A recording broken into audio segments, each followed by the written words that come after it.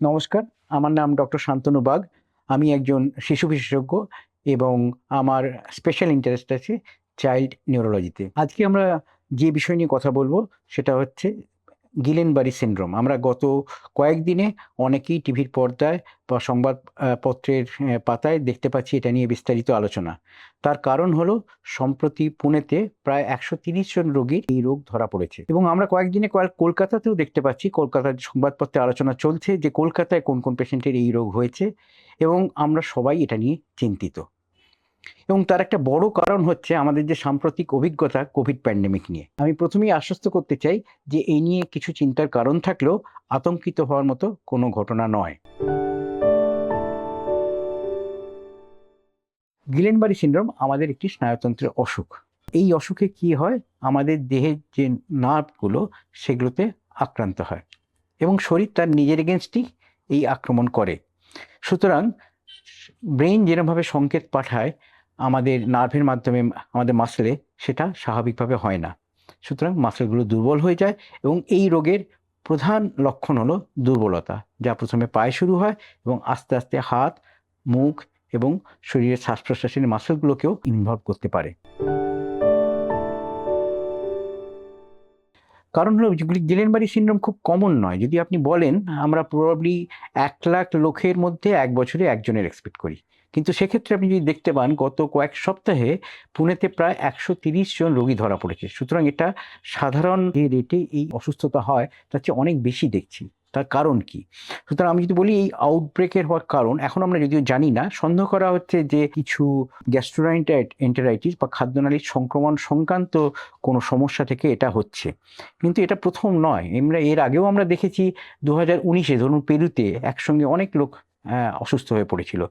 কিন্তু আমরা এখনো এই ক্ষেত্রে জানি না এক্সাক্টলি কী কারণে এতজন লোকের একসঙ্গে হচ্ছে।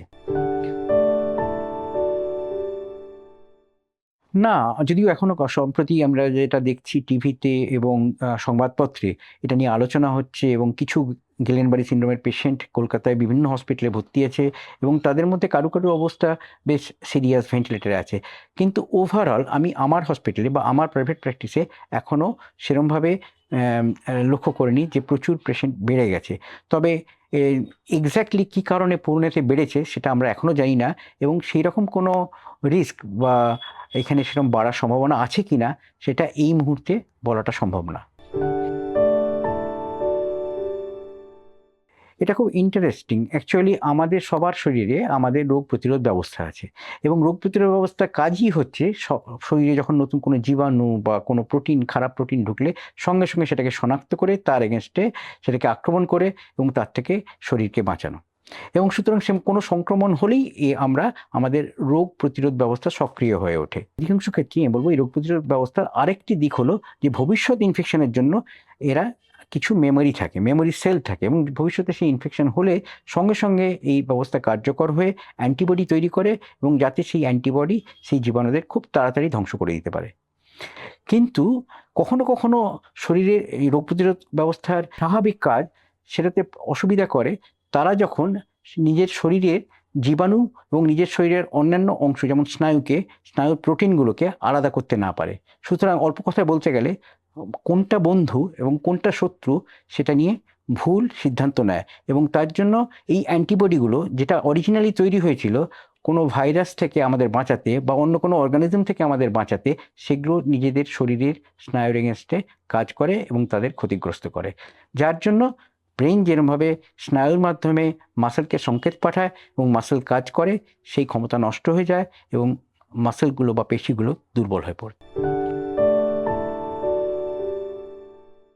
যা বলেছি প্রধান সিম্পটম হলো বা সবচেয়ে গুরুত্বপূর্ণ সিম্পটম হলো দুর্বলতা এবং আমরা অনেক সময়ই দেখি দুর্বলতাটা পায়ে শুরু হচ্ছে এবং কখনো, কখনো ক্ষেত্রে আমরা দেখি পেশেন্ট কমপ্লেন করে পায়ে ব্যথা হচ্ছে, তার সঙ্গে পায়ে দুর্বল হচ্ছে এবং ১ দিন বা ২ দিন বা কয়েকদিনের মধ্যে হাঁটা বন্ধ করে দেয় এবং তার সঙ্গে, সঙ্গে হাতও অ্যাফেক্টেড হতে পারে এবং কোনো, কোনো ক্ষেত্রে মুখের মাসল অ্যাফেক্টেড হয় এবং কোনো, কোনো ক্ষেত্রে আরও প্রোগ্রেস করলে তখন আমাদের শ্বাস-প্রশ্বাসের যে মাসল সেগুলো অ্যাফেক্টেড হয় এবং রোগীর শ্বাসকষ্ট হয়। কিন্তু প্রথম যেটা বললাম যে কোনো সময় যদি কোনো দুর্বলতা দেখে তাহলে বাড়ির লোকেদের বা বাড়িতে সচেতন হওয়া উচিত যে সেরকম ঢুকলে সঙ্গে সঙ্গে কোনো ডাক্তারকে দেখানো। আরেকটা কথা বলি, অনেক ক্ষেত্রেই যদি ভালো করে দেখেন, অনেক রোগীর ক্ষেত্রে প্রায় 2/3 পেশেন্টের ক্ষেত্রে আমরা দেখি যে কয়েকদিন বা কয়েক সপ্তাহ আগে কিছু অন্য খুব অসুখ সিমটম যেমন ডায়রিয়া বা সর্দি কাশি জ্বর এগুলো হয়েছিল, সবার ক্ষেত্রে নয়। সবচেয়ে গুরুত্বপূর্ণ বিষয় হচ্ছে পেশেন্টের হিস্ট্রি ভালো করে নেওয়া, তার দুর্বলতা কীরমভাবে শুরু হয়েছে, কীরমভাবে বেরোচ্ছে, কোন কোন মাসল আক্রান্ত হয়েছে বা অ্যাফেক্টেড হয়েছে, এবং একই সঙ্গে সঙ্গে রোগীকে খুব ভালোভাবে পরীক্ষা করা। এবং এর থেকেই আমরা অধিকাংশ ক্ষেত্রে সন্দেহ করতে পারি যে রোগীর মোস্ট প্রবাবলি গিলেনবারি সিনড্রোম হয়েছে। এবার সেটাকে সাপোর্ট করার জন্য আমরা আরও কিছু ইনভেস্টিগেশনের ব্যবস্থা করি। অনেক সময়ই আমরা পিঠের নিচ থেকে স্পাইনাল ট্যাপ করি একটা সরু নিডল দিয়ে, সেরিব্রোস্পাইনাল ফ্লুইড যেটা আমাদের মেরুদণ্ড এবং ব্রেনের চারিদিকে থাকে সেটা সংগ্রহ করে ল্যাবরেটরিতে পরীক্ষা করি। কখনো কখনো আমরা নার্ভের স্পেশাল পরীক্ষা করি যেটাকে বলা হয় নার্ভ কন্ডাকশন ভেলোসিটি। এবং কিছু ক্ষেত্রে আমরা এমআরআই ব্রেন এবং মেরুদণ্ডের এমআরআই করে থাকি দুটি কারণে: এক, গিলেনবারি সিনড্রোমের কোনো ফিচার্স তাতে দেখা যায় কিনা, এবং দুই, অন্য কোনো অসুখ নেই সেটা প্রমাণ করার জন্য। এই চিকিৎসা আছে, অবশ্যই আছে, এবং এই চিকিৎসা বেশ কার্যকর। সাধারণত দুটি চিকিৎসা আমরা ব্যবহার করি। প্রথমত হচ্ছে আমরা ইন্ট্রাভেনাস ইমিউনোগ্লোবুলিন দেওয়া। এটা কি জিনিস? এটা অ্যাকচুয়ালি সংগ্রহ করা হয় ডোনার প্লাজমা থেকে, মানে বহু লোকের কাছ থেকে রক্ত নিয়ে তার থেকে অ্যান্টিবডি সেপারেট করে এটা তৈরি করা হয়। এর এফেক্টিভনেস বা কার্যকারিতা খুবই ভালো এবং খুব একটা কমপ্লিকেশন বা সাইড এফেক্টসও নেই, কিন্তু এটার অসুবিধা এটি বেশ দামি। দ্বিতীয় যে চিকিৎসার উপায় সেটা হচ্ছে প্লাজমা ফেরেসিস বা প্লাজমা এক্সচেঞ্জ।